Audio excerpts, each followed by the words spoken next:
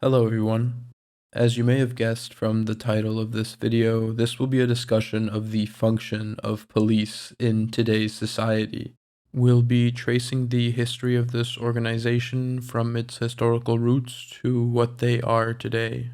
We'll be talking about what their goal is in relation to the states they serve, their funding, their effectiveness in stopping, solving, and preventing crimes, and why people hate them. Although this video was meant to be much shorter, it quickly spiraled into a much bigger story. So yes, this video is about the police and all those things I just mentioned, but it is also a story about the development of political rights. It is a story about austerity, and it is a story about your future. To tell this story, we'll have to visit Ireland, South Korea, Spain, Germany, and of course, the United States, among many other countries.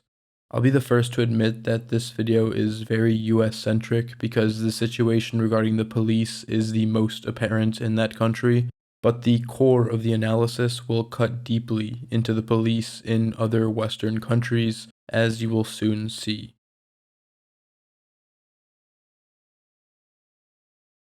Before we get directly into the formation of what would become modern-day law enforcement, I felt it would be useful to briefly go over some different types of ways laws were enforced, or different forms of quote-unquote policing before modern society. Whenever the topic of defunding the police or abolishing the police comes up, the immediate reactionary response is, oh yeah, well, what are you going to do when you need help? Or who is going to stop bad people from breaking the law? And I'm going to get into these questions more specifically later in the video, but I want to start off by making it clear that the way it is now is not the way it has always been. There have been so many different ways that laws or societal rules were enforced, different ways people were punished for crimes, and just because we live under this system now does not mean that it always has to be this way. And obviously, I'm not advocating for these systems to be implemented today in our world, but still, just talking about them can serve as a reminder that it used to be different, and that it can be different again. We think of the police as people who you either call and they come to you, or they patrol the streets of your city or your town, or they exist as some type of quote-unquote security presence in front of events or protests. But for a lot of history, this wasn't the case because it didn't really make sense. For example, in Europe during the Middle Ages, the vast majority of the population lived in rural peasant communities where virtually everyone knew each other. For a long time, men used to take turns volunteering as a sort of night watchman, and on the occasion they did see someone committing a crime, a hue and cry could be initiated where they would call out, and the entire village, or at least the men of the village, would come out and try to apprehend the accused criminal. And of course, this ranges from where in Europe you were and when during the Middle Ages you lived, because law enforcement was a bit more organized for a person living under a lord in the Holy Roman Empire, for example, where the person watching over a village on land that belonged to a lord was typically acting as private law enforcement on behalf of the lord. And then moving on from examples of volunteer and community-based forms of law enforcement, I'll talk about the Roman Empire. The law enforcement here was an organized group of men called vigiles, and they didn't serve as law enforcement per se, but instead more as general night watchmen. So they would patrol the streets of Rome at night, and if they happened to see a thief or a crime take place, they would approach and apprehend the person, but this was not really their main goal. These groups would patrol the streets of Rome at night, usually just to keep an eye out for any potential fires, and also to catch runaway slaves. So instead of serving as people who were out explicitly to look for criminals, they were mostly out to make sure that no property was being damaged. And then, of course, protesting didn't exist as we know it today because freedom of speech was not an idea that was part of Roman society. But whenever a riot or a revolt did happen, it was typically violent, and usually a part of the Roman army would be sent in on behalf of the emperor or the magistrate to violently suppress the people. The very last group I want to mention is 19th century Cherokee society. Now, unfortunately, and for obvious reasons, not as much in-depth research has been done on societies of the various Native American groups throughout the Americas, especially before colonization, but I did manage to find some research papers that did mention some ways that rules were enforced within different Cherokee clans. So, although there wasn't an overall Cherokee national government and they didn't have an explicit book of laws that they would follow, every town would have a local council of people who would convene to settle local disputes. As for a crime like murder, it was seen as an offense on behalf of one clan towards another clan, and not a crime between two individuals. And the way for the two clans to be equal again would be left up to a discussion. For example, one clan could ask the offending clan for some sort of trade, or they would request that someone would be killed. And it's notable to mention that the purpose of the killing wasn't exactly punishment per se, but to restore an imbalance between two communities. So even though the person who had actually committed the murder could be killed as punishment, it also wasn't uncommon for an older member of the clan or their family who was already approaching death to volunteer as the person to die.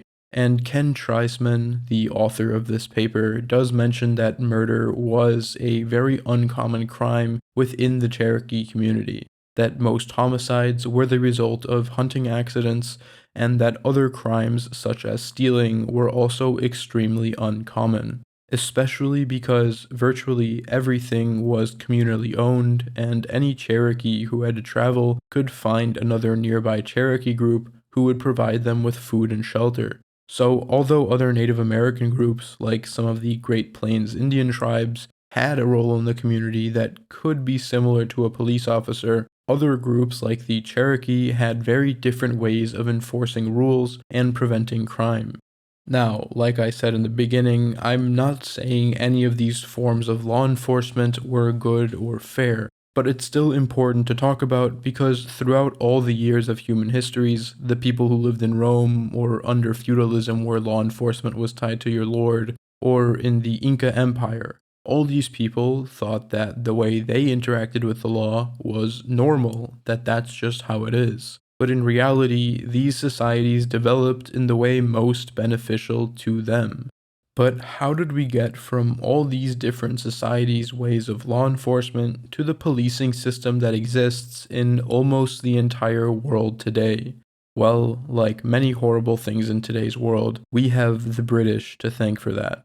The British Empire, like any empire, had to keep a well-trained and well-funded army to protect itself from any threats, whether those threats be from other states or the citizens within the empire and its colonies. For a long time, Great Britain had a system of constables and watchmen, especially in the bigger cities like London. But it wasn't a centrally organized system, just small groups who organized on behalf of and paid by wealthy people living in the area. And whenever a group of workers wanted to go on strike or start a riot, they would have to send the military in to stop it, something that would take a lot of effort, time, and money, and something that very often resulted in lots of violent deaths. Now, if you think poor Londoners in the 1800s had a reason to protest, the Irish had reasons to riot. Obviously, the British couldn't just send a bunch of the army to crush the Irish every time one of them got it in their heads that they deserved human rights and national independence. The army was busy fighting Napoleon. So the empire did what made sense for it to continue operating as is. Before this time period, the army was the defense from any threat to the state. But after this, the army became concerned almost exclusively with foreign threats. Domestic threats, or threats to the state from its own citizens, began to be assigned to the police. Before long, various different policing organizations would be established throughout Ireland, from the Dublin Police to the Peace Preservation Police and the Irish Constabulary, all with the intent not to protect the people they were policing, but to enforce law and order on a group of colonized people who were rightfully rebelling against their occupiers. The policing was working so well that a British military officer by the name of Hugh Rose claimed, "No system of police has ever worked better for the suppression of political agitation or agrarian disorder than the Irish Constabulary." Now, the ruling class of Britain, and especially those in London, saw this and began to construct an idea about how to suppress the citizens, not in the colonies, but within the empire itself. In the early 1800s, people in London were poor, they frequently rioted, the monarchy was increasingly unpopular, and the landowners began to fear an actual revolution. Unsurprisingly, this led to a law passing which officially created the London Metropolitan Police in 1829, a police force who would use the same tactics of political suppression on British citizens. There are three people responsible for the writing and passing of this bill that created the modern police force. The first is Robert Peel, known as the father of policing, a future prime minister, and the son of a man described as one of the richest textile manufacturers of the early Industrial Revolution. The second is Arthur Wellesley, another future prime minister who was born to the Protestant ascendancy, basically the ruling class of Ireland that owned the land and the factories and collaborated with the British to keep Ireland under colonial rule. The third and final man responsible for the bill is Henry Goulburn, a chancellor and a slave owner who owned sugar plantations across Jamaica. So the son of one of the wealthiest people alive at the time, a trader and a slave owner. Couldn't have been a more fitting group of people to create the police.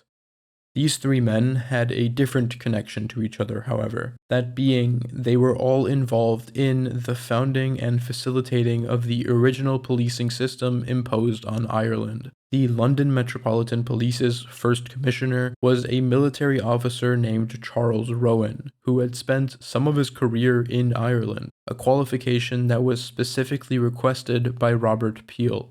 Other empires quickly began to take note of the way the British had adapted its police force meant for colonial occupation to one that it could unleash on its own citizens whenever they wanted to strike. The USA was particularly interested and soon started organizing its own police force in various cities. A few years after the British had established the first modern police force, similar forces were established in New York, Boston, and Chicago, with other major US cities following soon after. But the US had some additional influences. In the southern states of the US, or the ones where slavery was more common and used for longer, influences were slowly carried over from slave catchers. As the Civil War came to an end, these slave patrols were disbanded, but the people who worked in them, mostly slave owners and veterans of the Confederate Army, joined the newly established police force to enforce the Black Codes, newly passed laws that restricted black people's right to own land and businesses and to keep them out of white-only public spaces. These Black Codes eventually became the Jim Crow laws that the police were used to enforce as well. This may shed some light on America's highly racialized version of policing, but it isn't the only influence on American police. During the American occupation of the Philippines, the army wasn't fighting a traditional war on the battlefield, but a guerrilla war. So instead of fighting a traditional war, the army had to adapt. First, they took a map and established hot zones, areas where a bigger potential threat could rise, and created smaller mobile units who could be deployed in raids or in gunfights at moment's notice. Second, they created a network of counterintelligence units dedicated to monitoring civilians, identifying possible future insurgents, and tracking down Filipino revolutionaries. It should not come as a surprise that members of the American army that occupied the Philippines, like August Vollmer, would return back to the US and join the police force with new ideas about how the same tactics could be used against American citizens. First, he would implement the same tactics used by the army in the Philippines, mobilize his police force so they could conduct raids at a moment's notice, and set up his own intelligence operations that would be part of the police department, aimed at identifying and tracking down any potential threats. Seeing how successful this was, he was invited to travel from city to city and instruct other police departments around the country to implement this same structure. His tactics were so similar to an occupation army's that an American reporter remarked that Vollmer put into effect some of the methods he used in chasing river pirates on the Pasig and bushwhackers in the steaming wild jungles. Soon, other countries began to take note and copy the police systems created by the British and the Americans, each of them implementing policies and organizations created by empires to oppress colonized people, but on their own citizens. That war, by the way, the one that Americans decided used an occupying force so effective they wanted to employ it on their own citizens, resulted in the deaths of an estimated 200,000 civilians.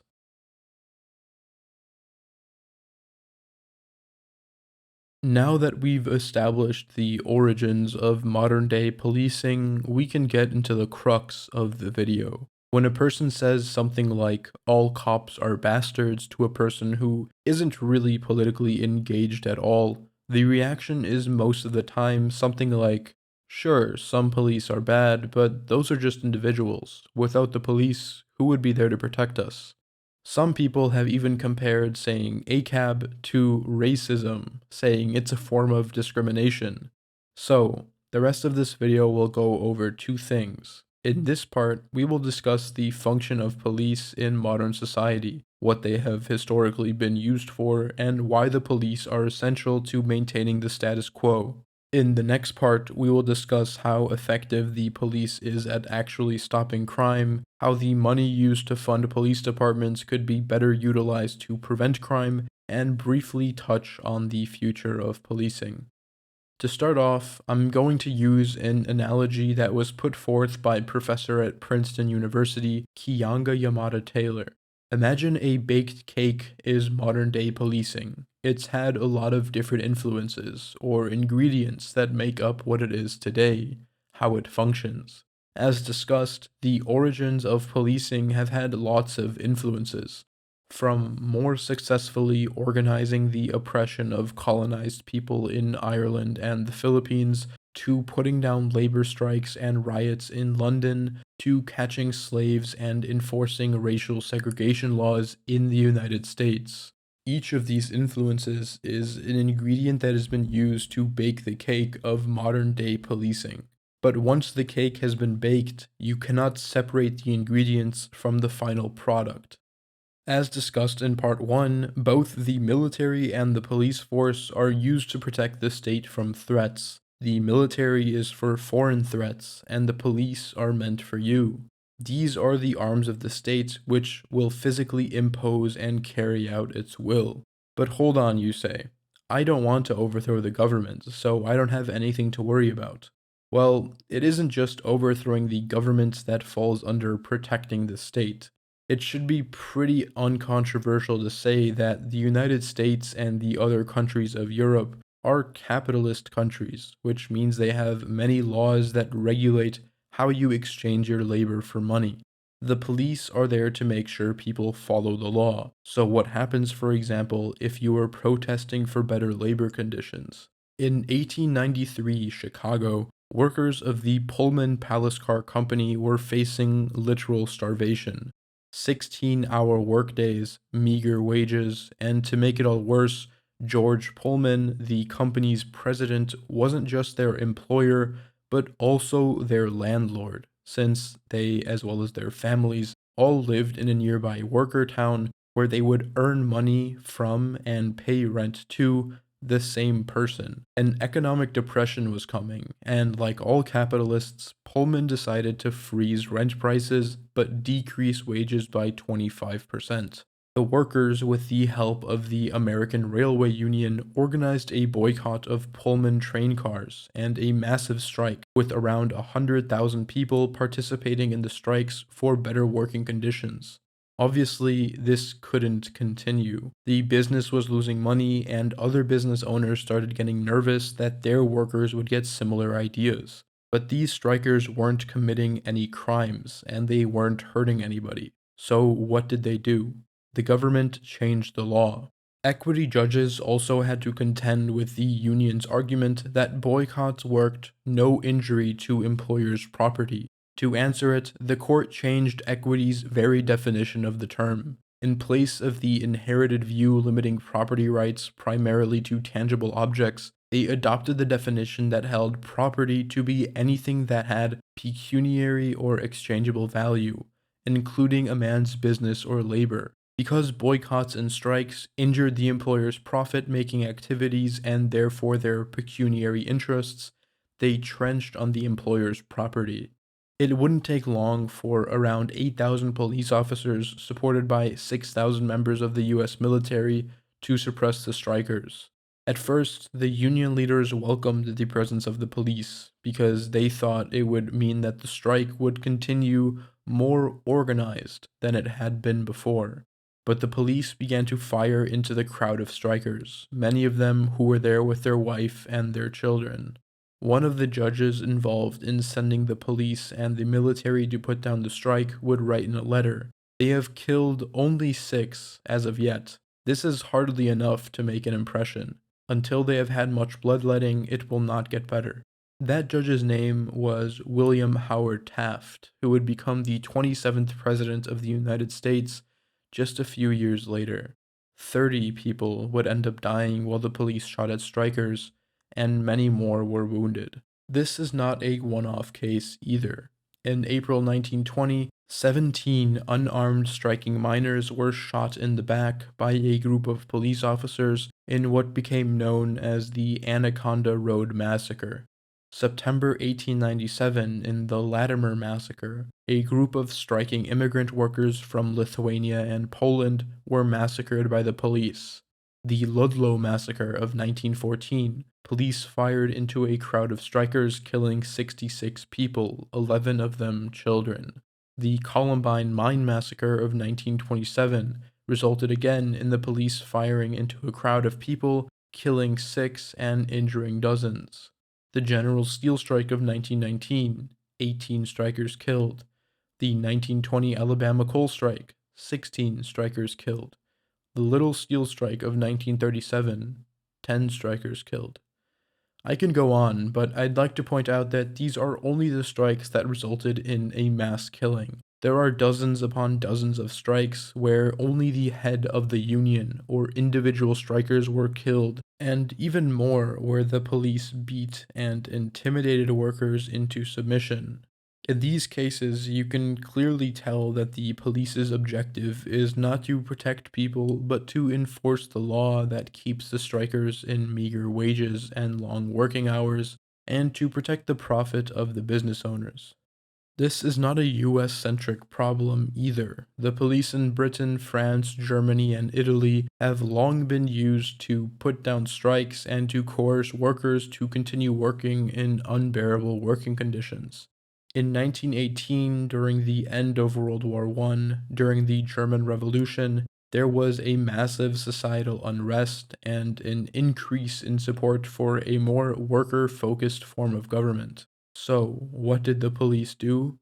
They sided with the state and the various right-wing paramilitary groups to fight against labor organizations, all of which resulted in the massacre of 19 civilians who took part in the International Workers' Day demonstration.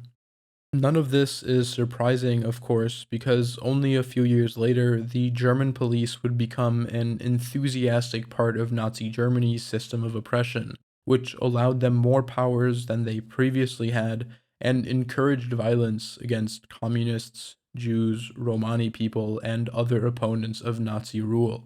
To make the police seem as if they were honorable keepers of the peace, the Nazis printed propaganda posters depicting the police teaching children, helping people cross the road, and just generally making them seem like nice, normal people. Now, we don't see this scale of violence against workers in the US and other first world countries today, but that's mostly because for a very long time, the rights of workers did get a bit better. People had less of a reason to strike. But it is only because the striking workers were eventually successful that there is an established 8-hour workday and a minimum wage in the US now. And the entire time those people fought for labor rights, the rights that you are profiting from, the police were there to beat and to kill them.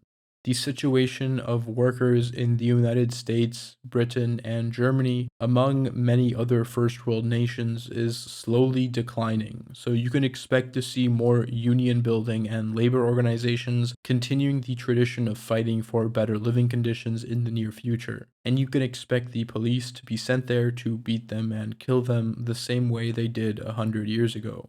Third world nations, and even allies of the West outside of Western Europe, however, have not been so lucky. Unlike the people living in the first world countries, workers of these other countries are still facing repression by the police when trying to demand better working conditions, the same ones that we are used to in the West, and they are getting killed just the same. In 2009, at the Sangyong Motor Factory in South Korea, almost half of the workforce was laid off without warning after the company decided to sell. These workers staged a protest at the factory, which resulted in the violent repression of protesters, including the use of tear gas fired from helicopters and water cannons.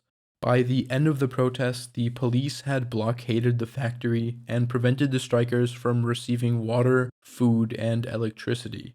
More than 100 strikers were arrested, some of them sent to jail for years. But the government continued to make an example of them. Striking workers were blacklisted from working at other large South Korean companies. In addition, the police collaborated with the government to sue protesters in civil court, resulting in equal to $9 million in fines. When the workers obviously could not pay this amount, they had their personal assets, meaning their homes and their cars, seized.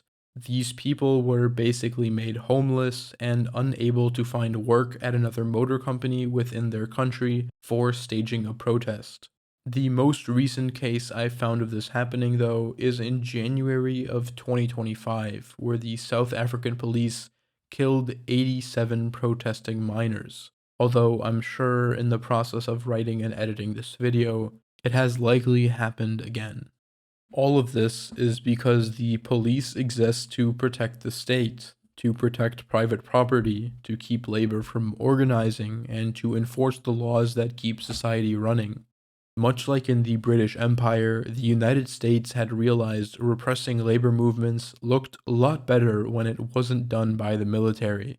Besides disrupting labor movements, there are many other ways that the police enforce the laws of society while directly participating in the harming of the working class. For example, much like the need to keep labor organizing disrupted, another necessity of the capitalist system of the United States is that there is no public housing system, meaning that people either need to buy a home, something that is becoming increasingly difficult unless you are wealthy. As wages stagnate and as rent prices continue to increase, many people who were already struggling are faced with eviction.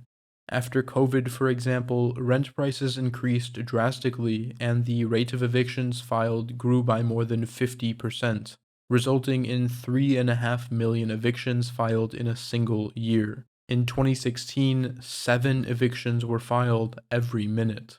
Now, the landlord doesn't care about you. They will try to make as much money as they can off of their property, even if they know that the person living in the apartment cannot afford it. Once a person becomes unable to pay, they file for an eviction to kick you out and replace you with someone they can make more money off of. Sometimes the people getting evicted leave freely. Maybe they found a different, cheaper apartment. Maybe they have family and friends to live with. But unfortunately for thousands of people, they have nothing else they can do and refuse to leave. This is where the state comes in. Obviously, your landlord who doesn't even bother to fix your broken appliances or throw up a fresh coat of paint for a new tenant isn't going to do anything himself. And he doesn't have to. As a person who owns private property, the police will step in to enforce the law for them. As expected, when you are trying to forcefully throw someone and everything they own onto the street, some people will choose to resist. This violence is exacerbated by the fact that many people who cannot afford their apartments are people suffering from either a mental or physical illness. There are no federal statistics on the rate of violent evictions, but an independent group has founded evictionlab.org to track evictions across the United States. At moment of recording, the group only tracks evictions in 10 US states. But even in those 10 states, the data coming out is hard to believe, with over 55,000 people being forced to leave their homes in the last month, and over 40 people dying while being evicted in 2023. Keep in mind that's only people who died and not people who were beaten or shot and survived. Now, you may be listening to this and think to yourself, now hold on. That person who can't pay rent, they don't have the right to stay in this other person's property, and when they don't leave by choice, it's their own fault what the police do to them. So I want to step back and take a look at the actual people involved in the situation. People need somewhere to live. When a person can't pay rent, it isn't just because of some personal failing of theirs. People get sick or disabled and become unable to work. Rent prices are increased and their wages stay the same, or they could just get fired and not find another job. Regardless, homelessness will not help people who are already in a financially desperate situation. Now, discussing the ethics of owning a home that you rent out and living off of another person's labor in exchange for something that they absolutely need to live is its own separate video. But that is the system that the USA and other European countries have. As soon as you, as a tenant, are not profitable to your landlord, you will be thrown out. Regardless of the fact that it may not be your fault that you can no longer afford rent, and that being thrown out onto the street might destroy your life. Just like the police step in to disrupt a labor organization to maintain the profit that the business owner makes, the police step in to enforce evictions and to maintain the profit that a landlord makes. Imagine how much easier it would be, for example, for workers to organize and demand better working conditions, and for tenants to organize into tenant unions and demand better living conditions and lower rents if the implicit threat of police violence wasn't there. Like I said in the beginning, the police exist as the arm of the state that protects them from domestic threats, including domestic threats to profit. And as a person watching this video who is most likely a worker who is not a landlord, you should want better and fairer working and living conditions, not just for yourself, but for your neighbors and the people that haven't been as fortunate in life. The harassment doesn't just stop at eviction, however, as many homeless people also frequently interact with police officers. Interactions between homeless people and police officers are more likely to become violent, even fatal, than interactions between the police and housed people. This is exacerbated, of course, by the fact that governments often refuse to grapple with the policy failure that has resulted in homelessness within their community. It isn't profitable to provide public housing and fund systems that can help homeless people with the problems they face. And even though the research shows that this would help the lives of homeless people, governments have chosen to respond by using the police. In 2024, the Supreme Court of the United States ruled that cities can punish homeless people for sleeping in public spaces, even in cities where there is a lack of affordable housing or homeless shelters. Punishment can range from fining homeless people up to $1,000 for sleeping in public spaces to jailing them. And to recap, that is the state which has implemented policies that increase the rate of homelessness, sending the police to enforce these laws, which fine and jail people that are already suffering from poverty. And then, of course, are the racist prejudices within the policing system itself, a core ingredient of how the cake of modern day policing was baked. We all know the statistics about racist police violence. We've seen the hundreds of videos of black and brown people being killed by the police without cause. We know that black people are 3 times more likely to be killed by police officers than white people, and 4 times more likely to actually be convicted of the same crime. What's worse is that instead of being held to the same laws, police are often protected from prosecution, as only 1% of police officers involved in killing a civilian is ever charged. That means actual convictions for murder are much lower than 1%. Another relevant but often ignored part of this is the rate of police violence against Native Americans.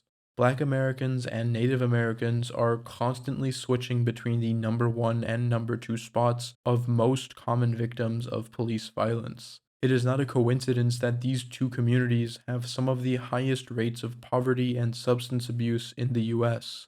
Some stories of police violence against Black Americans manage to get brought to light through American media because the Black community in the US is much larger than the Native American community, and therefore much harder to ignore. We know the cases of the racist murders of George Floyd, Breonna Taylor, and Eric Garner, but I bet you haven't heard about Jacqueline Sawyers, a 32-year-old pregnant woman who was shot to death in her car because her passenger had an outstanding warrant. The murder was ruled justified because the police officer who killed her said she had threatened him with her car, and despite every single other witness who was there saying this never happened, the judge ignored the testimonies and let her killer walk free. Or 35-year-old Paul Castaway, a man who suffered from schizophrenia and threatened to kill himself with a knife, who never approached the police but was shot dead anyway. Or Corey Kanosh, a 35-year-old man who was shot after being pulled over by the police, who didn't call for emergency services until 30 minutes after shooting him, and then actively prevented the emergency services from being able to help him, causing him to continue bleeding out and eventually dying. The United States has the highest rate of fatal police encounters in the world by far, where more than 1,000 people are killed every year. Now, I'm not saying that police officers get together every morning to scheme about how they are going to kill black and indigenous people. Well, at least not every police officer. It isn't because every single officer is a racist or because most police officers are white. What I'm saying is that the police are part of a system that institutionally disadvantages and targets black and other minority groups. This used to be more explicit, like the repression of black voting rights and Jim Crow laws, but has now shifted to a version that can appear on the surface level as unproblematic. For example, how most black communities were formed by old racist laws that grouped black people together in one place away from white homeowners, and how these neighborhoods are overwhelmingly poorer, having less opportunities for a good education, have a lower rate of homeownership, and have less access to healthy food. All of these can affect someone's ability to get a job, something that is also highly racialized, as studies have shown that black people with black sounding names are less likely to be called back for a job interview than a white person with the same qualifications. Not only does this affect the amount of crime in these neighborhoods, but the more common anti-black bias in the United States leads to black people more likely to be arrested and more likely to serve longer sentences than white people for the same crime. Then, of course, there's the fact that predominantly black and Latino neighborhoods are more likely to be targeted by the police, which of course will lead to more interactions with them. A study about anti-black bias in police officers found that officers exhibit consistently higher levels of bias than members of the public overall and compared to other members of their own racial groups, and that black police displayed a higher explicitly pro-white or anti-black bias. This can be shown in many examples of murders by black police officers, the most well-known of which is probably the case of Tyree Nichols, a 29-year-old black man who was pulled over for reckless driving, was tased, and then tried to run to his mother's house where he was caught by 5 black police officers who proceeded to beat him to death in the street.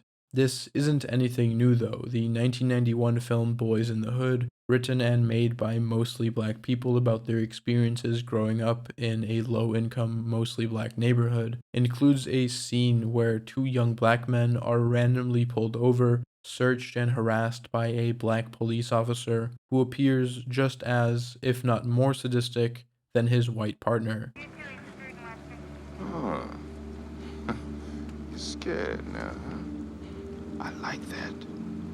That's why I took this job. Even without studying statistics and institutional racism, for decades, black artists like John Singleton and Jean-Michel Basquiat were aware that black police were not a solution to racism, and this reflects in their art. It's not the individuals, it's the system they serve. The systemic racism in the US's policing system has gotten so bad that even an organization like the UN has put out reports that say the American policing system continues the US's legacy of slavery.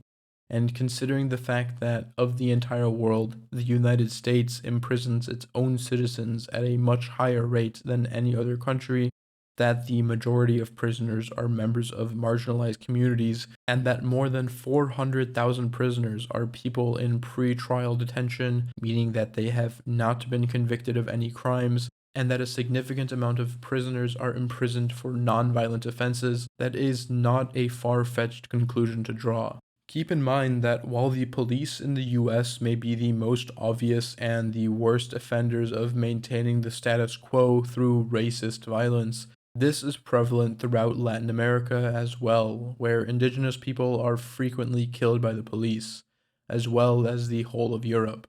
In Poland, the police are allowed to shoot at migrants, many of whom are legitimate refugees, to prevent them from entering the country.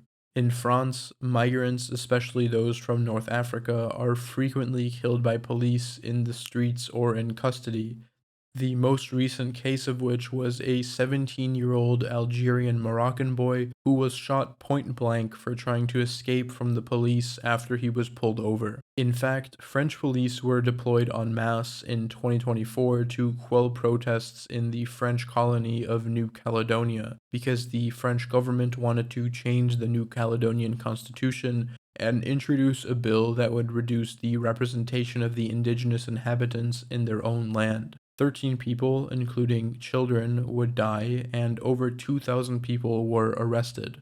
In Germany, there are numerous cases of black or Arab men being jailed and mysteriously ending up dead in their jail cells, either from being burned alive while tied to a mattress, to attacked to the point of having broken numerous bones, all judged to be suicides so that no investigation occurs.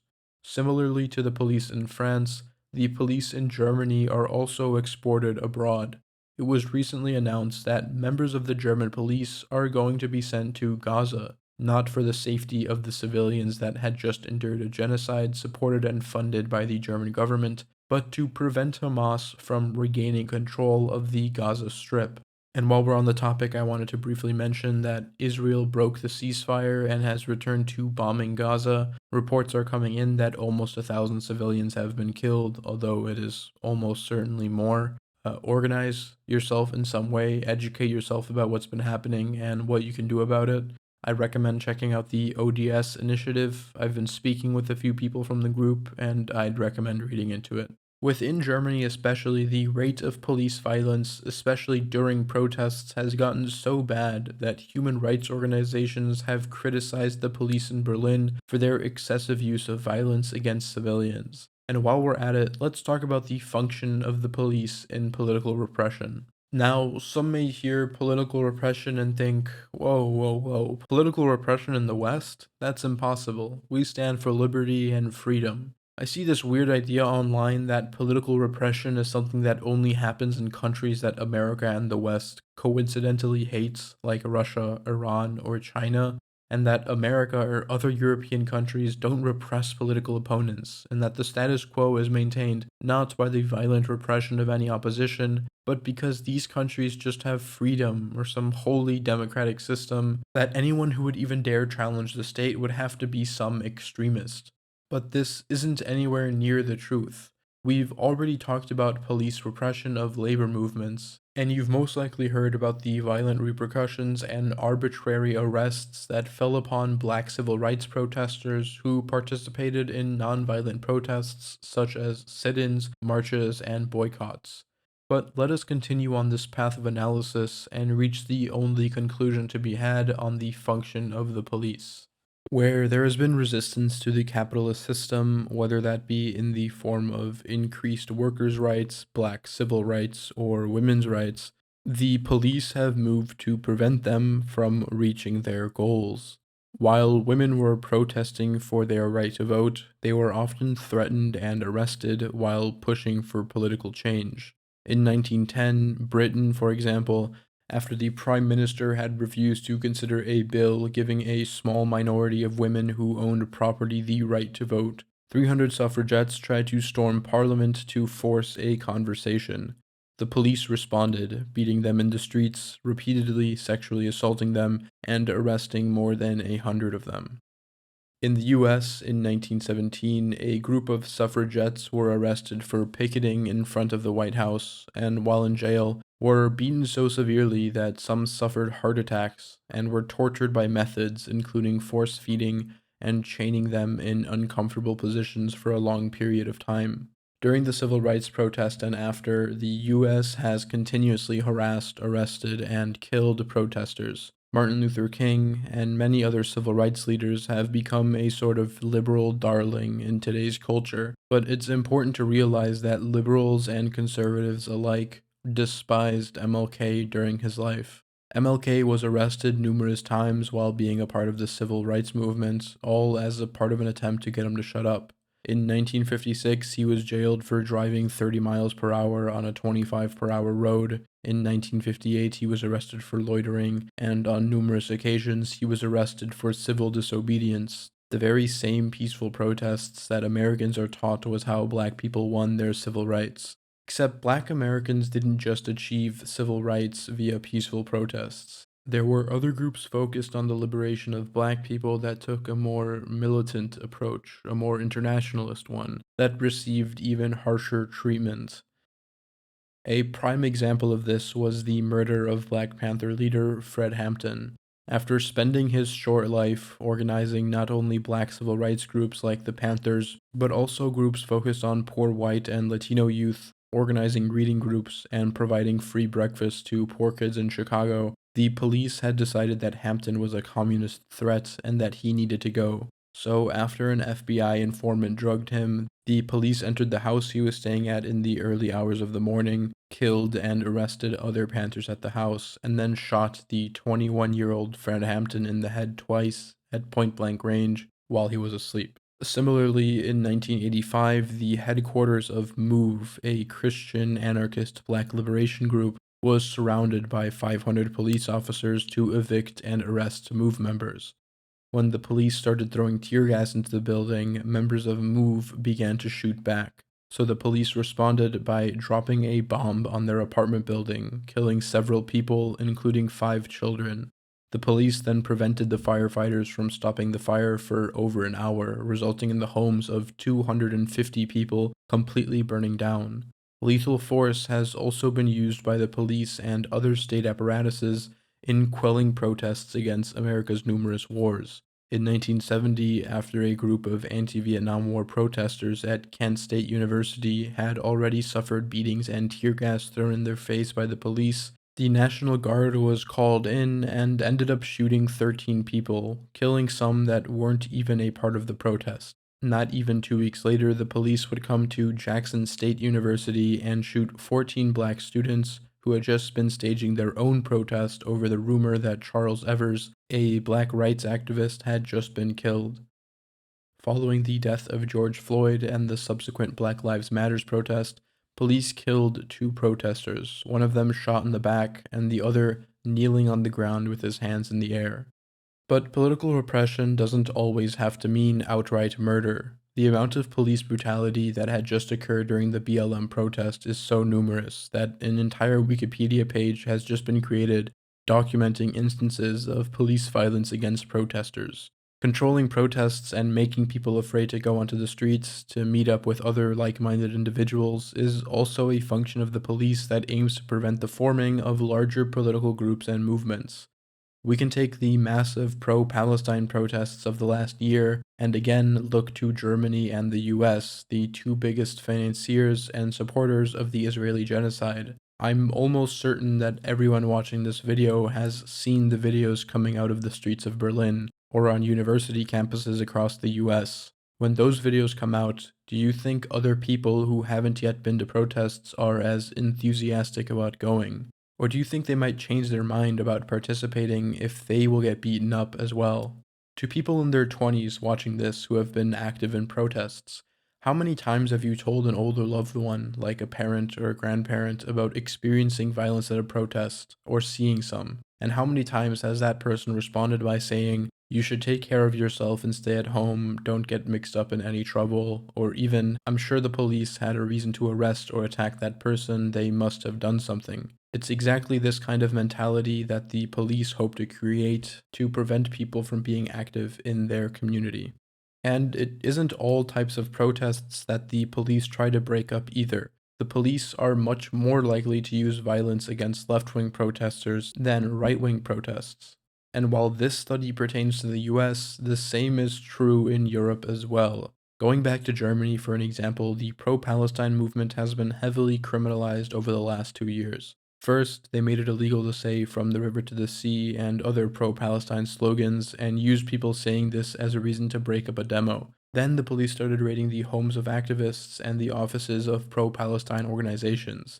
Then the police started raiding private businesses because of their support for Palestine, confiscating the merchandise they sell as an attempt to financially hurt them into silence.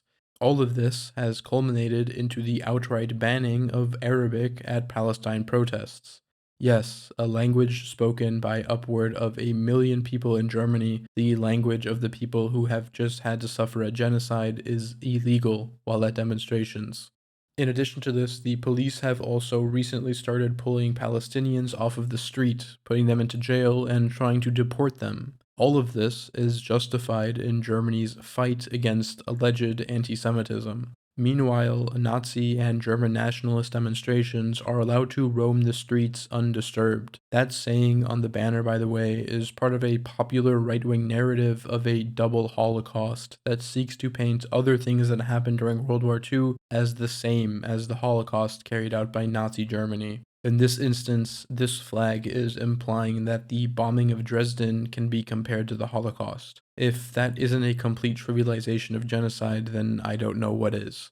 I also want to bring up this brilliant piece of journalism from Deutsche Welle that describes how the police broke up a neo-Nazi demonstration in Leipzig by simply ending the demonstration. Some people were detained and searched, but not a single person was arrested. And at the bottom of the article, in just a throwaway line, the writer mentions another far-right demonstration that was almost twice as big happened in Bautzen, which of course it was in Bautzen, and that there were no arrests and no incidents. Just amazing journalism from the Germans. Police peacefully end a Nazi demonstration, while a second, much bigger Nazi demonstration goes on with no problems. Truly great, great work. And for further context, this black, white, and red flag is the Deutsche Reichsflagge, the flag used by the German Empire and today many prominent German Nazi groups. And it's the same in the US. Nazi and other far-right demonstrations keep getting protection from the police, while other left-wing protesters are beaten by them. And if you're thinking to yourself, well, maybe the police are like that because the Nazis are peaceful and the leftists can't follow the laws. For one, you're wrong because being a Nazi is never a peaceful endeavor, and two, studies have shown that it is actually the police themselves and how they approach demonstrations that turn protests violent, which should be a no-brainer because in no circumstance is surrounding a group of people who are already pissed off while wearing riot gear, carrying guns, having dogs, and using pepper spray and tear gas in an attempt at keeping protests peaceful, especially while people are being beaten and arrested for things like speaking Arabic. In addition to attacking protests, the police may even start monitoring you before you ever get to a protest. Police officers across multiple different self-titled democratic and free countries of the West have been found to have been infiltrating numerous political groups with fake identities and lives for years at a time as a way to get information. For example, in the UK, a massive list has been compiled of groups infiltrated by undercover police officers. Among that list is 22 socialist and communist groups, 9 anti-racist groups, 9 anarchist groups, 10 environmental groups, 12 animal rights groups, 9 groups relating to Irish independence, a group opposing the Vietnam War, a group fighting against South African apartheid, a group against the arms trade, an anti-monarchist group, and numerous trade unions. I feel like I'm missing something. Oh yeah, and 16 campaigns against police misconduct. Compare all of that effort to the measly 3 far-right political groups that the police have infiltrated. It should go without saying, but the police overwhelmingly focus on left-wing political groups over right-wing groups, even though it is a consistent trend across Europe and the US that political violence against civilians is overwhelmingly committed by the far right. That's because the police's main goal isn't public safety or whatever people like to tell themselves, but the suppression of any internal threat to the status quo, which leftist, environmentalist, anti-racist groups, and trade unions are. Even more dangerous is when the police infiltrate groups and then use their own presence in the group as a justification for mass arrests. In the 2000s, a small group of people who had planned protests against the Republican National Convention while it was in the process of nominating George W. Bush was infiltrated. A group of 4 police officers joined the group, posing as carpenters, and began to attend meetings. During said meetings, the police officers repeatedly suggested that the protesters should use violence, destroy property, and resist arrest if they were approached by the police. Then, on the first day of the convention, the police met the group at a warehouse where they had been storing their protesting equipment and mass arrested them, before they even got the chance to do the protest, on the pretext of what their own officers said, implying that they were planning a violent riot. During the 70s anti-Vietnam War protests, officers acting as students began to burn things at protests, as an excuse to arrest all the protesters, including those who were trying to stop the fires. The treatment of protesters is even more brutal in the colonies of the US, like in Puerto Rico. In the 70s, the police encouraged a small group of activists to take control of a television tower for propaganda purposes. When the activists arrived, the police were there waiting for them and killed them all.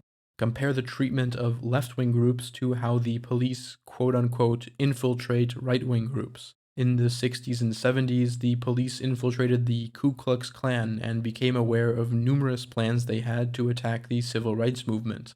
FBI informant Gary Thomas Rowe, in collaboration with local police, took part in numerous far-right terrorist attacks under the guise of gaining the trust of the Klan.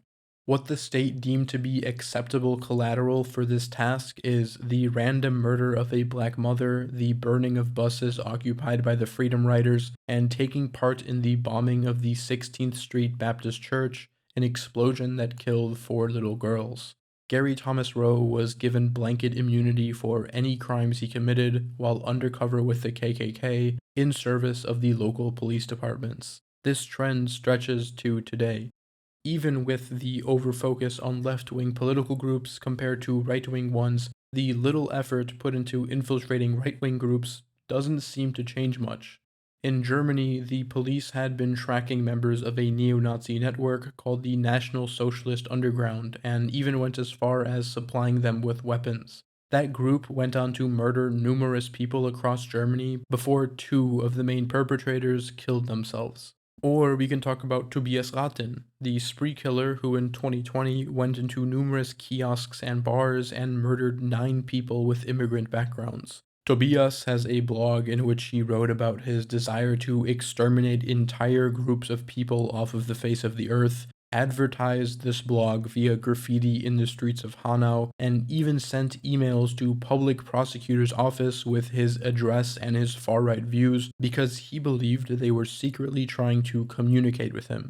All of these red flags that clearly indicate Tobias was a right-wing extremist, but nothing was done. This last example I'm going to give is a personal one because in December of 2024, I got a comment under my older video, Germany was never denazified, that said something along the lines of, make a video about what happened in Marburg. I bet you won't because he was a Muslim. And once I commented under that comment talking about the attack, he deleted his original comment. So I hope that idiot somehow gets to watch this part of the video. In December 2024, a Saudi Arabian refugee named Taleb Jawed al-Abdu Mohsen drove his car into a packed Christmas market in the German city of Marburg, killing 6 people and injuring almost 300. Taleb al-Abdu Mohsen was a far-right anti-Muslim activist that was a vocal supporter of both the AfD and Israel. He posted about his views publicly. He explicitly threatened members of the government, saying they deserved death because they had a secret plan to Islamize Europe. And the German government was warned repeatedly, not only by its own citizens who submitted warnings about him planning something violent, but repeatedly by the Saudi Arabian monarchy itself. All of this information was ignored. One has to assume that al-Abdu Mohsen came to the idea of attacking a German cultural event because most Germans would instinctively assume he was an Islamist. And he was right. Germans staged an anti-Islam protest in Marburg shortly after, despite this being very much the same ideology that led to the attack in the first place. Germany also intentionally ignores other right-wing groups, such as the Grey Wolves. For those unaware, the Grey Wolves is a far-right movement that is known for committing racially motivated hate crimes in the name of Turkish nationalism. The group was created essentially as an anti-communist group by Alparslan Turkish, a Turkish Nazi collaborator and former member of the Turkish government. Although the group is incredibly popular within Turkey, there are thousands of members within Germany, around 18,000 to be exact. The group has regularly attacked Kurdish people, Armenians, Jewish people, even other Turkish people who aren't as nationalist as them. And yet, through all the discussion of rising anti-Semitic hate crimes that the German state likes to throw at Palestinian activists, the Grey Wolves are rarely ever mentioned. Presumably because banning a very popular political group from one of your closest economic and political allies would be bad for Germany, and if you'll notice here in this picture, that is the president of Turkey doing the symbol of the Grey Wolves. The trend repeats itself in France.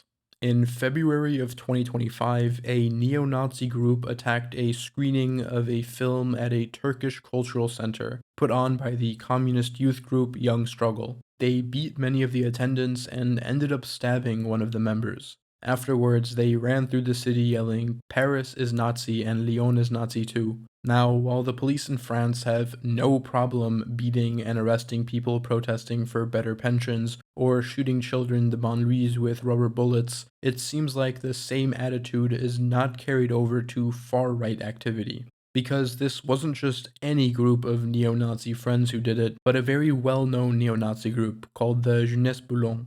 And you can see some of the members here doing the Hitler salute and wearing shirts with the Nazi SS hidden into their logo. The idea that the police can afford to and is willing to send hundreds of officers to protests and to patrol lower income neighborhoods, to infiltrate themselves into left-wing groups, but not watch over a well-known Nazi group whose members planned and carried out an attack and stabbing at a cultural center is not incompetence on the side of the police, it is willfully turning a blind eye. In the same video I mentioned earlier about German denazification, I went in depth on the Verfassungsschutz report for 2024 and mentioned that despite the fact that the overwhelming amount of terror attacks are carried out by the right wing, the report takes up more time focusing on left-wing groups and the activities of Muslims within Germany. In the UK and France as well, despite the police overwhelmingly focusing on left-wing political groups,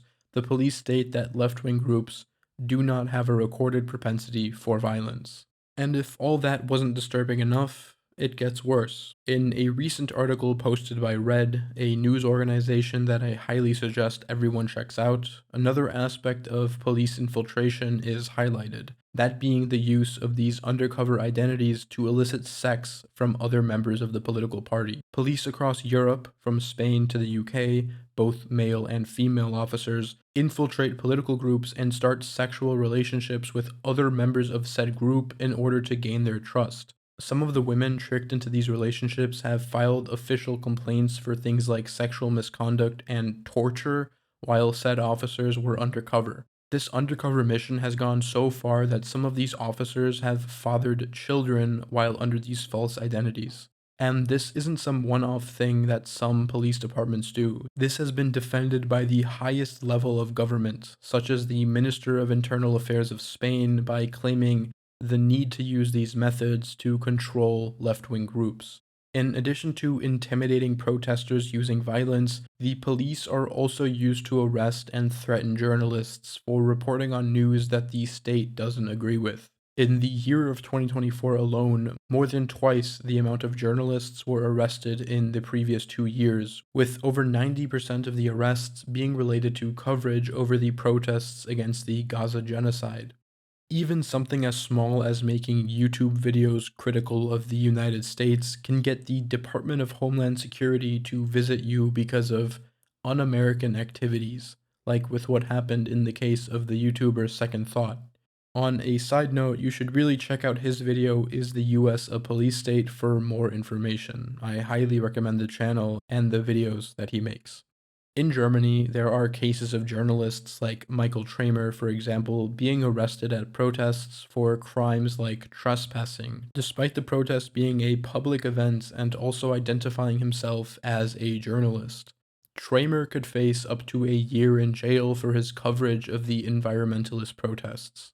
Or we could focus on the numerous cases of German police arresting and beating journalists covering the protests against the Gaza genocide, like Ignacio Rosolando, who was sitting in his assigned corner to film the police, clearly identified as press, before he was grabbed from behind, beaten, and arrested. He is now being charged with trespassing, assaulting a police officer, and resisting arrest. Even more recent, at a local festival in Berlin called Berlinale, the police entered a private screening of a documentary called Reason of State by Heb Jamal that focuses on Germany's complicity in the Israeli genocide. The police demanded that parts of the film be removed, and if that didn't happen, the film would not be allowed to be shown. In addition to this, a small lecture given by UN Special Rapporteur Francesca Albanese was forcefully ended by the police. To this, she had to say, I have been in Germany for 75 hours, and I can't wait to leave. The repression, the intimidation, I can barely breathe. I've never been in a place that has received so many threats, where the police have been checking whether I could be arrested or not. This is awful, and as a European, I will never forget this. I can also mention things that are on a bigger scale, such as what happened with Julian Assange. After posting numerous leaks pertaining to the US government, such as the intentional cover-up of the real number of civilian deaths in Iraq and Afghanistan, videos of American soldiers killing unarmed civilians, numerous violations of the Geneva Convention at Guantanamo Bay, the fact that the NSA spies on ordinary civilians and leaders of foreign countries from Europe to the Middle East, and that the DNC actively suppressed Bernie Sanders' candidacy for presidency in favor of Hillary Clinton, Julian Assange was arrested on the charge that his journalism wasn't done with the help of anonymous whistleblowers via his organization WikiLeaks, but actually that he hacked the government to receive the information he reported on. Despite the charges and the accusations, we know that he got his information from WikiLeaks because some of the people that leaked the information, like Chelsea Manning, were caught and arrested in the US. But none of this has prevented the US from labeling Assange and WikiLeaks as a hostile foreign news organization, or secretly collaborating with Russia. In other words, he is being charged with reporting on true information that was given to him that made the United States look bad. And instead of actually proving in court that he had conspired with foreign hacking groups to receive information, Julian pled guilty so he could get out of prison and go home after serving 5 years in jail for something he was never convicted of.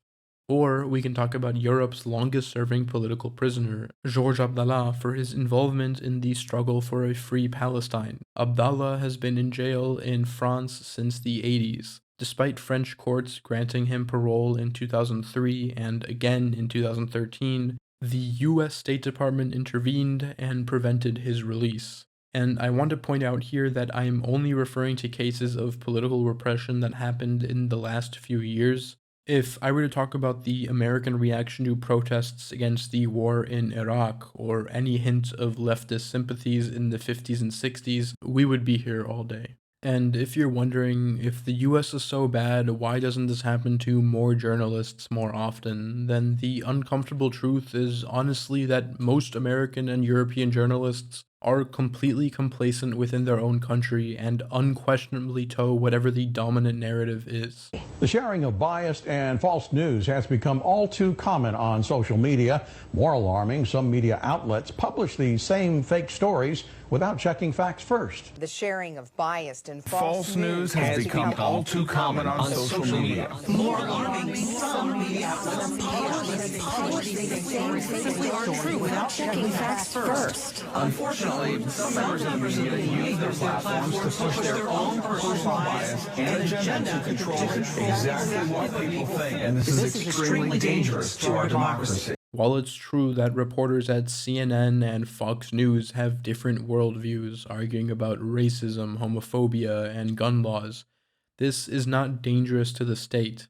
And while most citizens argue with each other about social issues that are important, both CNN and Fox News will have almost the exact same coverage of American foreign policy. Take the genocide in Gaza, for example.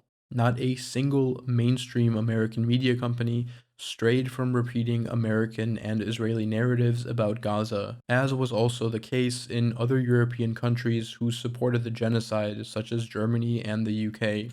And in 2024, while the police raided, arrested, and beat student protesters at various encampments across the US, neither CNN or Fox News strayed from repeating what the police themselves said they had to do. Before we move on from this point, there's a couple smaller things I want to just mention here while I have your attention, because political repression is not just limited to the police arresting and beating critics of whatever country you're from, or the Department of Homeland Security visiting you because they're concerned about your YouTube content.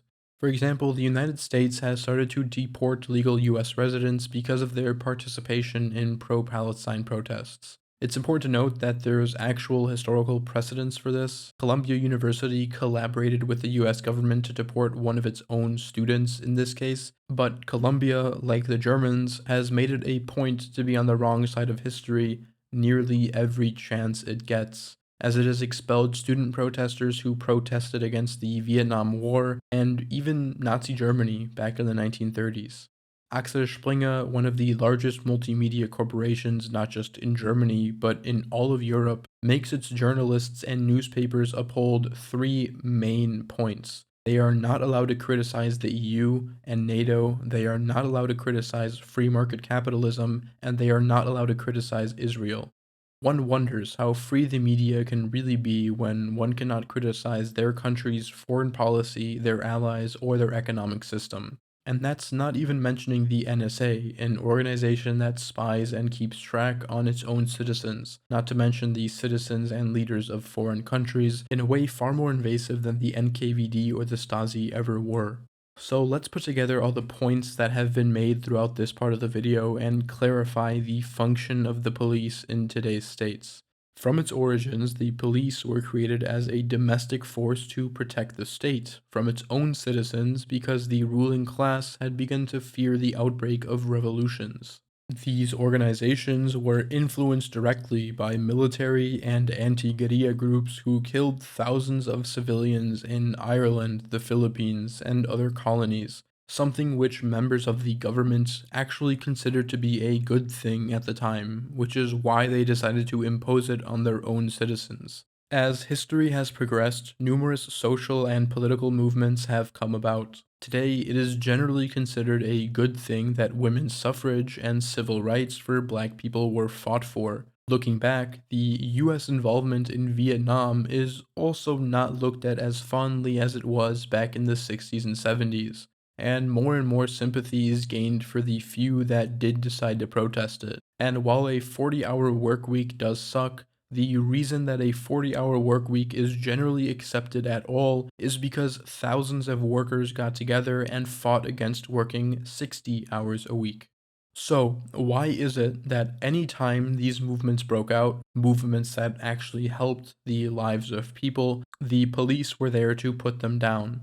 When workers got together and asked for better pay and better hours, the police were there to beat and kill them. When black people wanted civil rights in the US, the police were there to beat and kill them. When people protested against police brutality, the police were there to beat and kill them. When women wanted the right to vote, the police were there to round them up into trucks and torture them into silence. When students got together to protest against their own government's involvement in wars and genocides with their own tax money, the police are there to shoot them and to arrest them. When homeless people are sleeping on a bench in a public park because they have nowhere to go, the police are there to shoo them away as if they were flies. And when poor people, unable to pay rent, are forced out of their homes, the police are there to throw them into the streets. This is not a series of random events, not the actions of individual bad apples, but a repeated pattern of behavior that is consistent with the original foundation of what the police are. The military exists for other countries, to exert the state's control over foreign territory, to invade, to fight in wars. The police exists to keep the state safe from its own population, to protect private property and the financial interests of the ruling class, and to put down any hint of a serious movement before it even has the chance to begin. As the governments of the US and Western Europe are slowly losing their global influence and their ability to freely exploit the countries of the South, as the living and working conditions begin to worsen in the imperial core, and as the climate continues to spiral into disaster, more protests will continue to happen. Protests that are honestly fighting for your best interest. And as these protests continue, so will the state's violent suppression of them at the hands of the police. The function of the police, as Huey Newton puts it, is to be the gun in the hand of the establishment.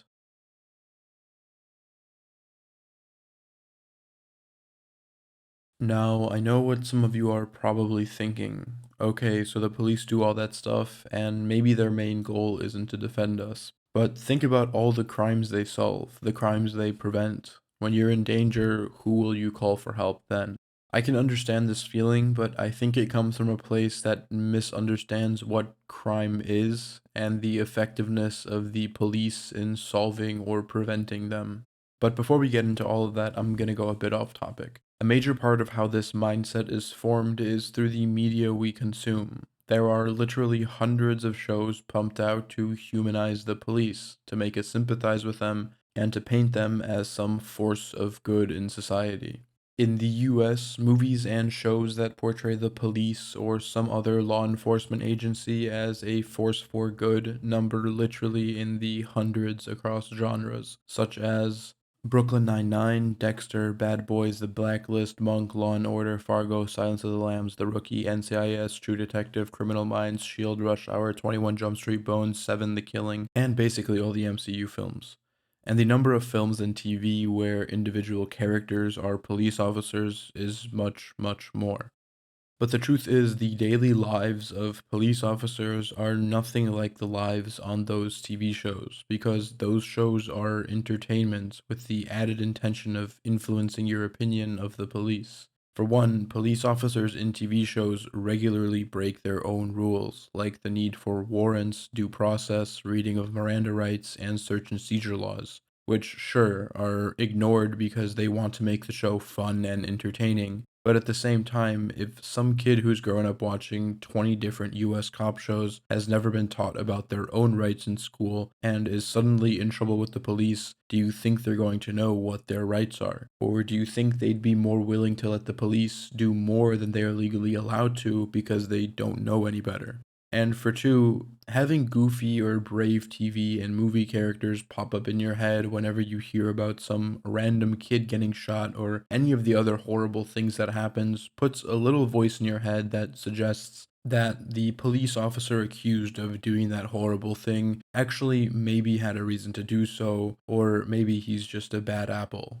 I think it's important to think about why a country who generation after generation has so many problems with the police has the police as one of its main sources of entertainment. Then the other sources for a voice in your head is the fact that you probably know someone who's a cop, whether it's a parent, an old friend, or even the acquaintance of an acquaintance. You in some way probably know someone who is a cop. If you aren't thinking about Jake Peralta or Nathan Fillion whenever there's another shooting or misconduct story, you're probably thinking of that person. Now, whoever that person is, I'm sure they're really nice to you and you like to spend time with them, but it's easy to think, oh, all that bad stuff, it's all the other ones. But my person is one of the good ones. They may be nice, but they're still doing their job, which includes all the things we just talked about in the last part. I want to bring you back to that disturbing video I showed you earlier of those news anchors saying the exact same words on a bunch of different news channels. I want you to consider all of those journalists. When they were kids, do you think they thought to themselves that they wanted to get a job or reading a script handed to them by some billionaire in front of a camera? Or did they sell themselves some idea that being a reporter for an American news organization would actually help inform people? I'm sure some of the people reading that script still genuinely believe that they're warning people about some threat to democracy, but that doesn't really change what they're actually doing. So in that same way, I'm sure that kid who grew up watching all those cop TV shows sold himself the idea that being a police officer was like being on the front line between public safety and total anarchy, and that the idea allows him to justify to himself whatever he needs to do to keep his job. But that doesn't change the fact that he is part of a system whose express purpose is to enforce private property laws, to put down protests, and to over-police lower-income neighborhoods and people of color to reinforce the order of whichever country he works in. It doesn't matter that the police officer who just gave a random protester a concussion is actually a really chill guy to have a beer with. He has a job to do, and the job works against your best interest. To end this part, I want to bring up the case of Eduardo de la Cruz. Eduardo is a police officer who in 2002 refused to follow orders when told to arrest a homeless man sleeping in a private garage, saying that he believes all people have a right to shelter. For refusing an order, Eduardo was suspended from the force the next day without pay. Now, I just want to bring to mind the dozens of examples of officers who literally kill someone on camera and then either return to work the next day or are suspended with pay, and point out that already Eduardo is in a worse off situation. Briefly, a full termination was suggested, but he was allowed to work again after a year. Now, based on other interviews with Eduardo where he very emphatically emphasizes that he has no problem arresting homeless people who ride the train without a ticket, and that he has been on the force for more than 8 years before the incident, I have to assume that the next time he was ordered to arrest someone he just complied. But regardless, it brings up an interesting point. All these people who are caught shooting or beating unarmed and harmless civilians are rarely fired, because they are doing those things as either part of their job or quote-unquote accidents that result from them doing their job. But refusing to do your job, that will get you fired, even in a profession as hard to get fired from as policing. But this example goes to show even the nicest cop you know will not hesitate to remove a homeless person from private property, because if they did, then they wouldn't be a cop. Now that that's out of the way, back to the original question.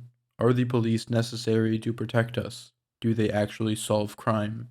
In a recently published article in the Alabama Law Review, the American law professor Shima Bowman points out a glaring flaw in the way that the police collect statistics on clearance rates. First off, a focus on clearance rates will often make police emphasize arresting a suspect over actually solving a crime. So the rate of actual convictions has to be factored into whether police actually solve crimes or whether the police have only arrested a suspect. This often results in police literally going around and arresting people just to boost their numbers by the end of the year, with commanding officers at the Biscayne Park Police Department allegedly telling police officers to pin random blacks for open cases such as burglaries in order to close the cases and improve clearance rates. In fact, police clearance rates are often self-reported, and what counts as a crime solved can range from department to department. For example, some police departments, like the one in New Orleans, double counted a warrant being issued and an arrest being made as a crime that has been solved twice. Adjusting for this, the clearance rate for murders in New Orleans dropped from 41% to 29%. Other departments, like the one in Columbus, Ohio, have been found to have counted a murder solved when a warrant was issued by a judge, even when the person arrested was later released. Additionally, the police have also over and under-reported their recorded clearance rates to the FBI because certain percentages going up or down will mean more funding in the future. In 2012, New Orleans police reported their murder clearance rate to be 15%, when internally they had reported a clearance rate of 40%. In Tulare, California, the police reported a clearance rate of 94%, when the reality was somewhere between 50 and 70%. And of course, police departments have also been caught falsifying clearance rates completely, ignoring crimes, or reporting crimes as solved that have just been closed. This is especially prevalent in police departments in cities with high rates of violent crime like LA and Chicago.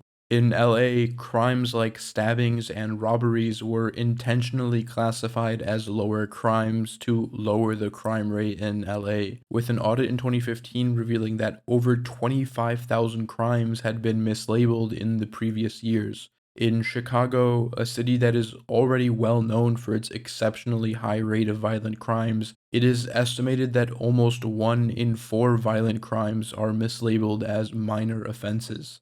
In fact, some reports of violent crimes have altogether just disappeared. This exact same attitude of having a good clearance rate over actually solving a crime is carried over to cases of rape and sexual assault. A study of 103 random police departments was conducted to see if their reporting of the rape clearance rate was accurate, and it found, across the country, dozens of law enforcement agencies are making it appear as though they have solved a significant share of their rape cases when they simply have closed them. This leads to police departments like the one in Baltimore to report a clearance rate of 70% when in reality it was more like 30%. What is more accurate to look at isn't police clearance rates, but criminal accountability rates, of which encompasses all known crimes, arrests, and convictions, to get a more accurate percentage of crimes solved. And what we get is kind of embarrassing. An accountability rate for murder of 59%, of rape 12%, of robbery 6%, of assault 7%, of larceny 0.7%, and of motor vehicle theft, almost 2%. If you're wondering why this is a chart from 2006, it's because 2006 is the year that national data of conviction rates stopped being reported, which makes it extremely difficult to actually point down an accurate criminal accountability statistic after that year. And I'll leave you to ponder why this extremely important statistic stopped being reported almost 20 years ago. However, even with this chart now, there are a few things that still have to be taken into account here. For example, crimes committed against people of color, especially Black and Native Americans, are disproportionately not solved in comparison to crimes committed against white people. One study found that 75% of unsolved murders are that of Black Americans. Then there's another important fact that is almost never reported on or even factored in when it comes to discussions of solving crimes, that being the income of the victim. The police are much less likely to follow through on solving a crime if the victim is homeless or poor or lives in a low-income neighborhood where there is a high frequency of crimes being committed. I want to highlight a semi-recent event, that being the killing of CEO Brian Thompson. Now, Brian Thompson was not a government official. He was simply incredibly wealthy and the CEO of a Fortune 500 company. By all objective analysis, this was a very simple murder. He was shot on the side of the street by someone he pissed off. Do you know how many people are killed exactly like Brian Thompson was every week in the US? Except in the case of Brian Thompson, it was the police's top priority to solve this crime. Why? The difference between him and you is that compared to him, you're poor. If you were shot in the street, the police would put about as much effort into catching your killer as the next 5 random people who die in the exact same way. So while race certainly plays a big part in this, I'd argue that the criminal accountability rate for people living in poverty or in low-income housing, or the people who are more frequently victims of crimes like murder and theft, would also help paint a much more realistic picture of how frequently crimes are solved when the victims are normal everyday citizens like you and I.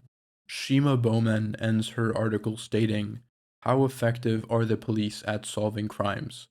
It turns out, unfortunately, not very effective. Of the crimes we know about, the police are able to arrest individuals on average about 10% of the time for major crimes committed, and convict individuals less than 2% of the time.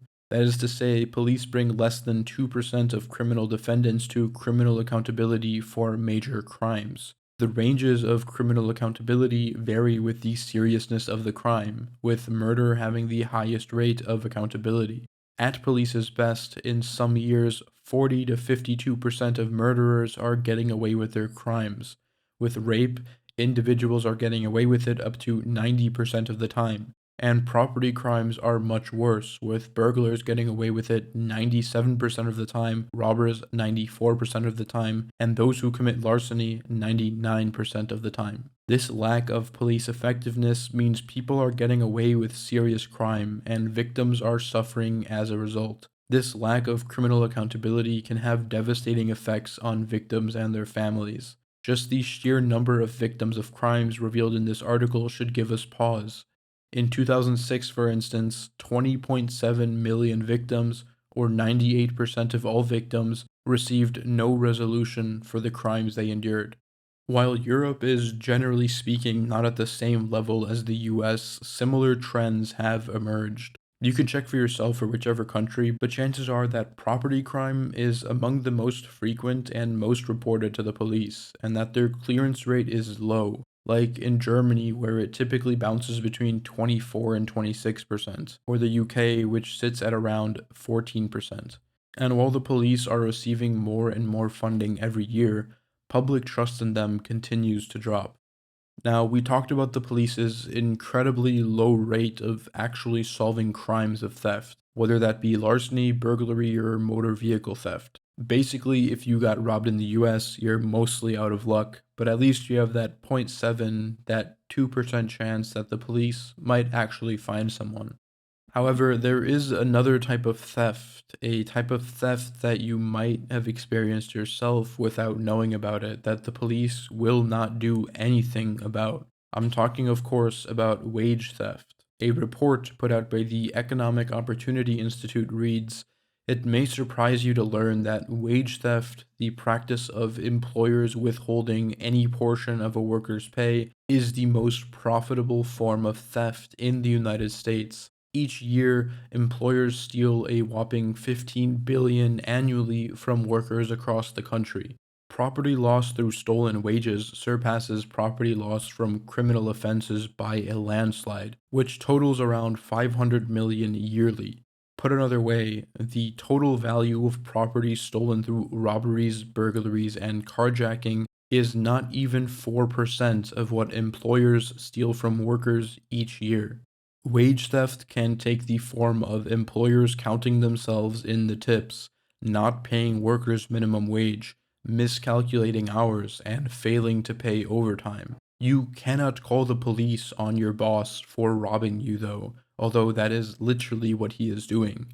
To get the money that you worked for, you would have to file a wage and hour violation report, which can take a lot of time that workers don't have. When a poor person robs you on the street, you can call the police, but when your employer robs you, you need to go through the official paperwork to even get a chance at getting the money back. It should go without saying that this can sometimes mean going to court and hiring a lawyer, things which are time-consuming and expensive. But we're not done yet, because not only do the police not do anything when it comes to the most frequent form of theft, sometimes they can rob you as well. Under the US civil forfeiture laws, the police can seize any of your property or money without ever charging you with a crime, as long as they have suspicion that it has been used in a crime. This has resulted in $68.8 billion seized by the police since the 2000s. And if you think you're safe because you're already broke, then think again. Despite this civil forfeiture law supposedly meant to fight things like drug and human trafficking, more than half of all currency forfeitures are worth less than $1,300. I want you to think about that for a moment. Half of the $68 billion seized by the police comes from seizures under $1,300. Do you know how many people they would have had to steal from to make $34 billion by stealing less than $1,300? Civil forfeiture laws have resulted in people having their savings or even their car taken away by the police without ever being charged with a crime. And to get that money back, you would have to go to court, which more often than not means paying for a lawyer that would be more expensive than what was actually taken in the first place. Okay, so the police don't actually solve that many crimes. They're useless in the most common types of theft, and they can also kind of rob you at any moment without you actually having committed a crime. But at least they still prevent crime from happening, right? Well, no, actually, they don't.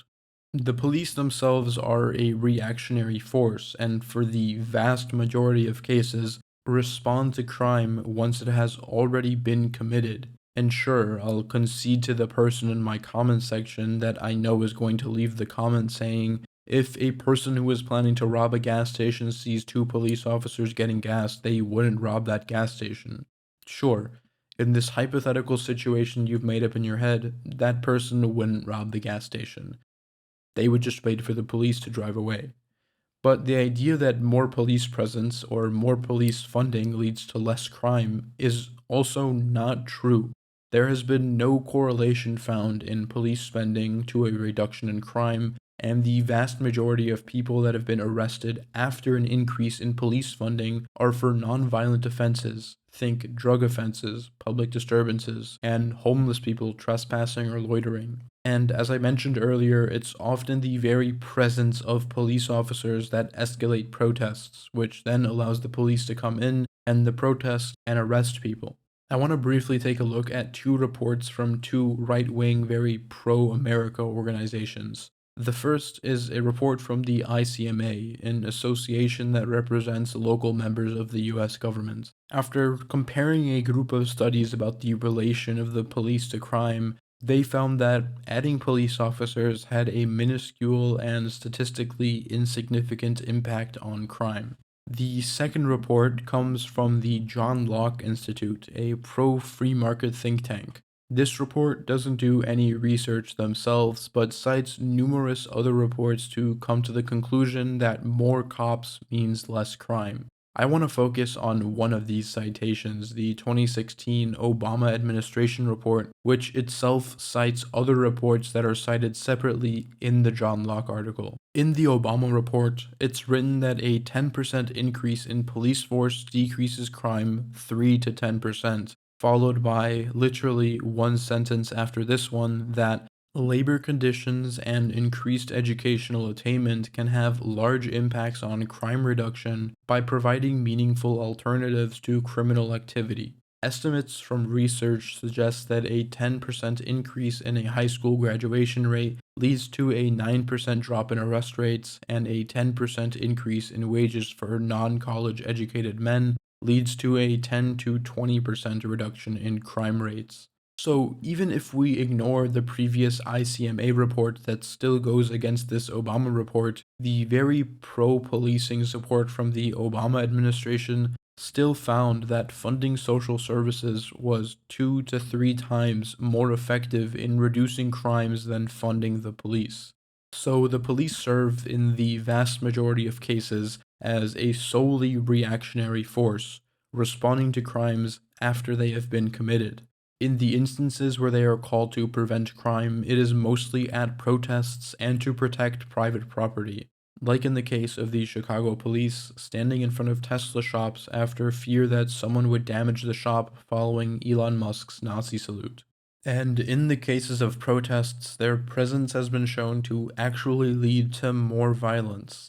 On top of this, the research that shows some relationship between police presence or funding and crime rate is shoddy at best and not at all as clear-cut as most pro-policing reports, like the John Locke Foundation one, would like to portray it as, with many cases denying that more police means less crime, and even in the cases of pro-government, pro-policing reports, openly stating that well-funded social services are more effective in reducing crime than more police. This fact especially should be elaborated on. In the US, the police receive more than $130 billion in funding a year. Now the question arises, if we want to prevent crime, could that funding be better utilized elsewhere? Things like public health care, better funded education, more easily accessible social services, affordable housing, and better pay are all things that would have the double effect of increasing the standard of living of people while also more effectively reducing crime. So why don't we do it? I mean, if the government administration report states this, clearly you and I are not the only people who have come to the same conclusion. And now I have to give a bit of a content warning. I've debated about if I should show any acts of the police just murdering an innocent person because I figured that almost everyone has seen enough of that in the last few years. But I've decided to show one single video for a point that I hope will come clear soon. This is Daniel Shaver. He was born and raised in Tennessee and lived in Texas with his wife and his 2 daughters. Daniel worked in pest control and frequently had to travel to jobs. In 2016, at the age of 26, he traveled to Arizona for a job and invited 2 of his coworkers to his hotel for some drinks. While they were drinking, Daniel showed them a pellet gun that he used for birds that had flown into department stores. Someone saw Daniel in his hotel room with a gun through his window and called the police. This is what followed. Okay, young man, listen to my instructions and do not make a mistake. You are to keep your legs crossed. Do you understand me? Yes, sir. You are to put both of your hands palms down, straight out in front of you. Push yourself up to a kneeling position. I said, keep your legs crossed! I'm sorry. I didn't say this in conversation. Put your hair!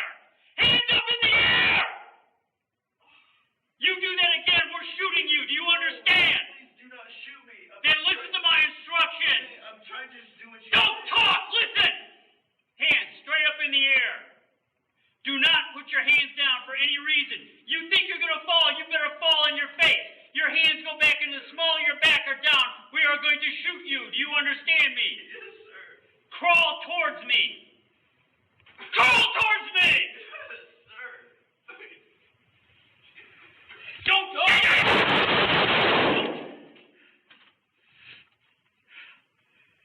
Get up on him. Okay, hold on him. One with me. So that video you just saw there was of an unarmed man on all fours, literally begging for his life before being shot 5 times by a police officer. The officer's name is Philip Mitchell Brailsford. Brailsford had previously been investigated for his use of violence during the arrests of 2 teenagers at a gas station. The gun used to kill Daniel Shaver also had the words, "You're fucked," written on it. A year after the murder, Brailsford was found not guilty and continued to work for the Mesa Police Department. A year after that, Brailsford claimed that he suffered from PTSD because of his murder of Daniel Shaver and the following trial.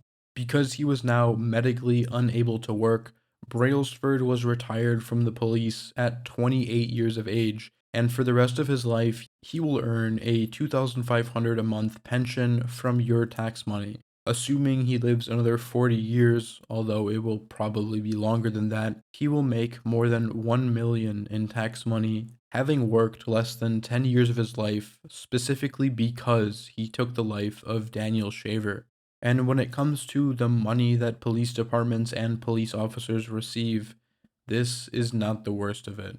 You may have heard on the news that the police in the US are being defunded. In reality, funding for the police has only continued to increase since the 2020 Black Lives Matter protests.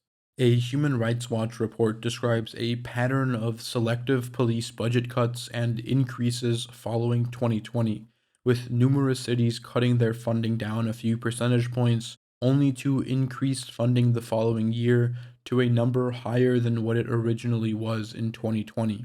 This extra funding has often been used to increasingly militarize the police itself. What started in Ireland as a force meant to control the local population that was specifically not the military because the British knew it looked bad, has now come full circle to the militarization of the second domestic force.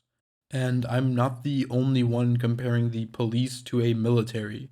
US police spending has made the American police the third most expensive military in the world, ranking above Russia, India, and France. Examples of this range from police departments buying machine guns, bazookas, and even tanks. Now, I'll ask you, in what situation would this be useful in?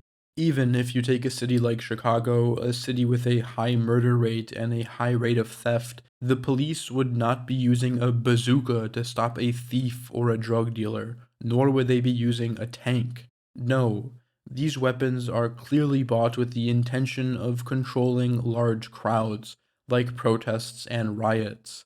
They're not bought for criminals, they're bought for using on you if you ever decided to get on the street and protest in what the government calls the wrong way. And this is becoming increasingly clearer in the way that the US police, as well as police in Europe, are breaking up protests. Now, in this article in American Police Beat, a magazine written by and for American police, while discussing the militarization of the police, the author directly makes a link between its origins and the need to destroy leftist political organizations, citing directly the Black Panthers as a cause for the need to keep the police militarized. This equipment and this strategy is not dedicated to fighting crime, but rather to controlling protests and burgeoning political movements. Another specific example of misplaced funding that I want to look at is in Uvalde, Texas, a small rural town with a population of about 15,000 people. In 2022, an 18-year-old entered a school with a gun and killed 19 kids and 2 teachers. You might remember this case because videos released after the shooting show the police entering the school and wait in the corner for about an hour before doing anything while the shooter was allowed to roam free and kill more people. Clearly, in this case, well-funded police didn't do anything to stop a crime, not even while it was taking place. And they were incredibly well-funded. In Uvalde, 40% of the city's general fund goes to funding the police. 40%. In an article about this fact, the author writes, DiPiazza, who has been the city manager or assistant manager of other similarly sized cities in Texas and Kansas, said it's not uncommon for the police department to make up that much of general fund spending in smaller cities. Matter of fact, I think that's pretty typical, he said. It may be different with larger cities, with larger budgets and more things that they do, but for a small city like us, I think you'd find the numbers to be generally in that range. Uvalde has a poverty rate of more than 28%. It may be surprising that in a city where more than 1 in 4 people are living in poverty, 40% of the city's expenditure budget is spent on policing. But as the city manager in the previous article mentioned, that's pretty typical. So it shouldn't at all be surprising that despite the massive amount of homeless people in American cities, there is much more poverty in rural America, in those small towns that spend 40% of its budget on policing. When a budget focuses primarily on quote-unquote maintaining law and order, it means less and less is spent on education, safe drinking water, and maintaining its roads safe to drive on, among many other things. And when police budgets rise, it means something else has to be cut. New York City is a great example of this. In the last 10 years, the NYPD's budget has increased by $1 billion. Almost half of that increase has been in the last 2 years alone. Unsurprisingly, the 2 years that massive protests have been taking place against American support for Israeli genocide. The result of this reallocation of money has been devastating on the few social services that New York already has. Some universities have lost up to $20 million in funding and have reduced their staff by 13%, and others have had to cut out entire programs altogether. Programs that provide alternatives to incarceration as well as help release prisoners adapt back to society have also been affected by almost $30 million in budget cuts. 500 public sanitation workers have been fired from their jobs due to a loss in funding. There are 0 libraries in New York City who can afford to stay open for 7 days a week. But this is the United States, where there are already so few social services to cut. Let's take a look at what's happening in Germany. The Bundestag has recently passed its fiscal plan for 2025, which provides a €1 billion increase in subsidies for the police and other security agencies. But that money has got to come from somewhere. In Berlin, €660 million has been cut from the mobility, transportation, and environmental sectors. Trains are driving less frequently, but the ticket prices continue to rise, even doubling in some instances. €370 million has been cut from the city's educational budget, including the closing down of construction of 2 planned schools. Finding affordable housing is already a problem Germany-wide, but especially in Berlin, where rent has risen higher than the majority can afford. Instead of addressing this problem, an additional $150 million in housing subsidies has been cut. Public services like homeless shelters, youth centers, and libraries have also had their budgets massively cut. In the arts, financing for independent, non-state affiliated art has been cut. While German television broadcasters have had their budget increased, federal funds to support independent art has been reduced by $14 million. In addition to this, museums and art centers who do still have some financing are finding it harder and harder to keep it. Germany's new anti-Semitism law that passed a few months ago redefines criticism of Israel as anti-Semitism, and thus makes it a reason to lose state funding. The effect that this has is that museums are already being urged to organize pro-Ukrainian events and to prevent pro-Palestinian ones. In addition, an 8% budget cut has been implemented on Berlin's universities. While this may not sound like a lot, the impact that this has on smaller universities, where the budget is already stretched thin, is devastating. A statement drafted up by the student body of Udiraza, one of Berlin's biggest universities, reads, "It is unacceptable that students of Berlin's universities must now endure another blow due to the financial policies of the Berlin Senate. We are disappointed at a Senate that, instead of standing up, turns its back on us." The Berlin Senate has imposed a budget on its internationally renowned institutions that does not even allow them to function in terms of necessary operations. The academic fields essential to the university cannot ensure fair working conditions within the proposed budget, as teaching staff is being cut without prior notice, making it impossible to plan the academic operations effectively. We do not tolerate an academic institution where the urgent and necessary filling of professorships has been long neglected, expiring contracts of lecturers are not renewed, student assistants are forced to reduce their working hours, and the vacant positions can only be filled under precarious conditions, if to be filled at all. We do not tolerate an academic institution where, due to 30% cut in the faculty budget, activities such as excursions, exhibition visits, guest lectures, and even the procurement of essential materials and consumables like office supplies, as well as ongoing and planned research projects, can no longer be remotely financed. We perceive the freedom and long-term quality of our education as being under severe threat. One cannot look at the situation in Germany and say that this is because of a threat to safety, that the billions sent to the police and the billions sent to the military and rearmament is to keep the population of Germany safe. If the cutting of fundings for transportation, homeless centers, cultural events, art projects, social services, and education from kindergarten to university doesn't make you realize that, then let's take a look at what's happening in Munich. For context, Germany has one of the highest rates of femicide in all of Europe, where every single day a woman is killed. In 2024, Munich introduced a nighttime cab voucher where women would receive 3 vouchers to pay for a night taxi.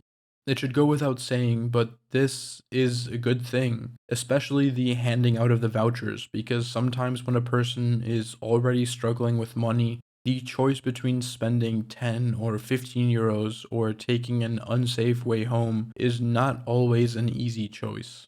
So, I'm sure it does not surprise you at all that less than a year after this program was announced, it was cancelled because the demand for it was too high, with the program receiving more than 600% higher applications than they had budgeted for. Now, you can call me an insane communist or whatever, but if our economy that all of us contribute to is not put to the service of the well-being of the actual humans that live under it and contribute to it, then what's the point of it? We have here an example of a social service that was clearly sorely needed and well received, cut because what? Too many people needed it?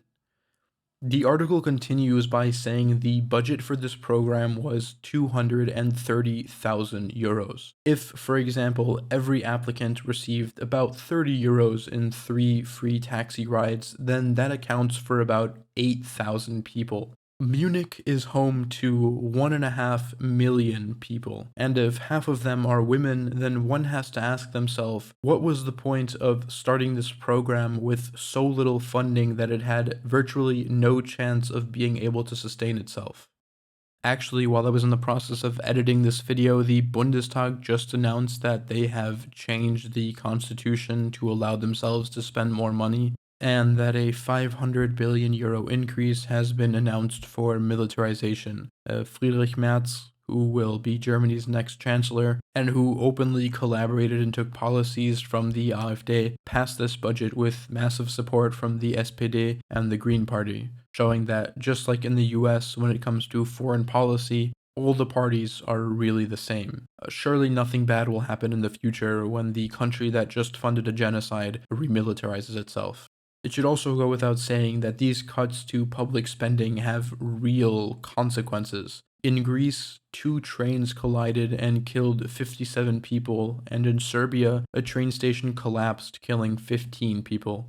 Both of these countries have been having massive protests in the last few weeks. In the case of Serbia, some of the biggest protests that Europe has ever seen. And unsurprisingly, the police have been there to attack protesters. In Serbia, the police have even unveiled a new weapon that will be used against protesters, which shoots a very loud sound in a specific direction that makes it incredibly painful to stand near and can cause permanent hearing loss.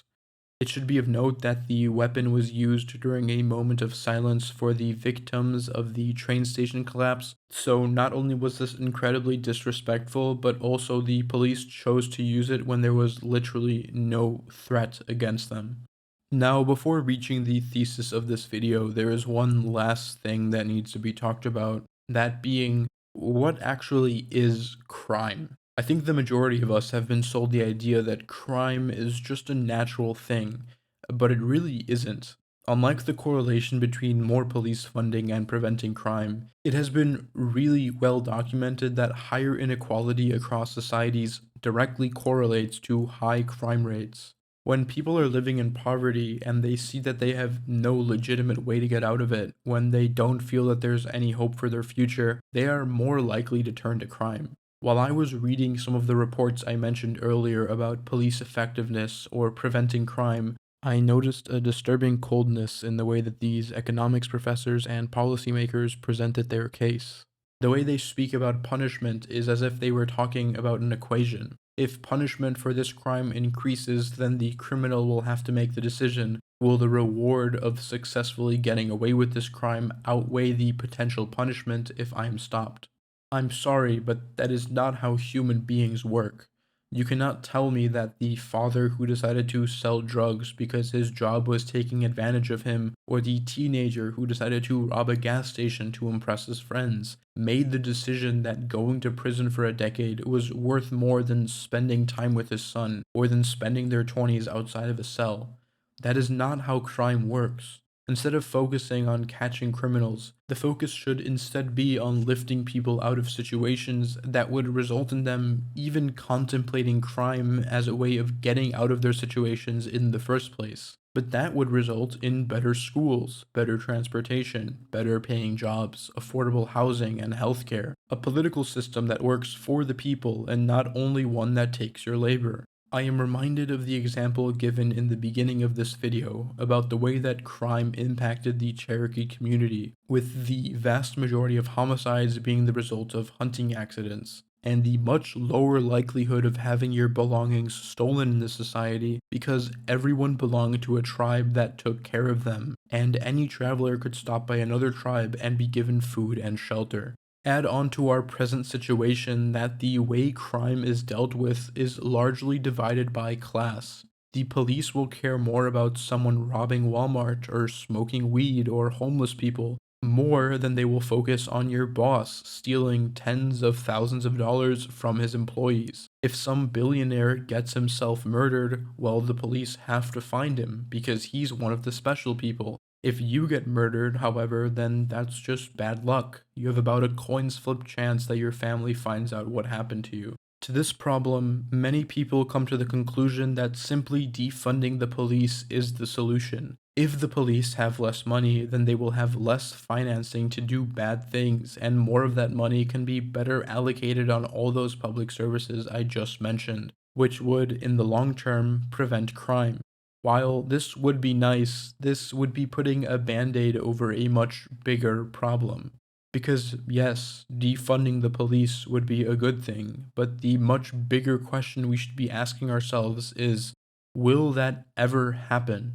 Despite a majority of the American population supporting things like legalized abortion, free university tuition, and affordable healthcare, these are things that the government has not had any progression towards achieving. And no, Democrats dangling it in front of you every 4 years does not count as progress, since a Democrat will do what Democrats always do: talk nice while campaigning, get into office, forget their campaign promises, and start bombing the Middle East. We have to start being honest with ourselves. Humanity has been around for 300,000 years. Capitalism has been around, 200, 300 years? Our current neoliberal economic order has been around for less than 80. The police, as it exists today, has been around for almost 200 years. It would be pretty silly to assume that there is no other way to exist, would it? The police exist as it is because our current economic system needs them to function. A slave owner, the son of a wealthy industrialist, and an Irish collaborator with the British Empire came together to propose to the British a domestic military force to put down protests and revolutions that were beginning to form within Britain itself. The Americans took this concept, mixed it in with their history of slave catchers and paramilitary death squads, and created what is today the third most well-funded army in the world for its own citizens, a model that would later be exported to its allies and colonies across the globe. What emerged is the hand of the establishment, sent out to repress any threat to its current order. It was sent to repress worker strikes, feminists, civil rights activists, communists, and it continues to act so today, repressing protests against the support of Israeli genocide in Gaza. While Americans and Europeans consume movie after movie about the cop that saves the day, the nice cop who puts his life on the line for the greater good, or the goofy cop that likes to sing on the job, all of which is an intentional effort to rebrand the image of an organization that has never sided with the masses of people asking for a better life as a friendly face. The truth is far more sinister. A rate of crimes solved that can only be the result of a grossly incompetent and mismanaged organization, with officers that are prone to lethal violence against people of color and the unhoused. An organization that itself drains money from social services that could benefit you and make your overall life better and safer. I want to emphasize that this video could have been easily another hour longer. I didn't even get into the ideology that informs the police, something called killology, which basically trains every officer to see the civilian world as enemy territory and every civilian as a possible threat. I didn't go into the fact that the police around the world are sent to Israel to train with Israeli occupation forces on how to put down large crowds. I didn't go into lobbying groups that, along with the police, work together to ensure harsher punishments for victimless crimes. I didn't go into the system of forced labor that American prisoners go through, working dangerous jobs and making the products that you can buy at your local Walmart. So, yes, while defunding the police would be a good thing in our current world, it will never happen.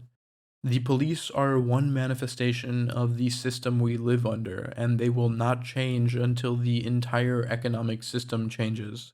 To anyone who still has that little voice in the back of their head, that one that probably sounds like Jake Peralta that continues to whisper doubts, I'll ask something. If your life continues to go the way it is going, if the retirement age is made higher or done away with altogether, if finding a house or an apartment becomes increasingly more unaffordable, if entertainment is done away with and you lose access to theaters and libraries and can no longer afford to or have the energy to go out anymore, if your country starts deporting legal citizens who criticize government policies, if your country commits a genocide, whenever that breaking point is, you will, I hope, eventually try to go out, organize yourself, and do something. And while you're in the process of trying to change your society, you will look around and you'll find yourself standing next to the workers of the early 1900s who died for a 5-day, 40-hour work week, the feminists who were tortured for the right to vote,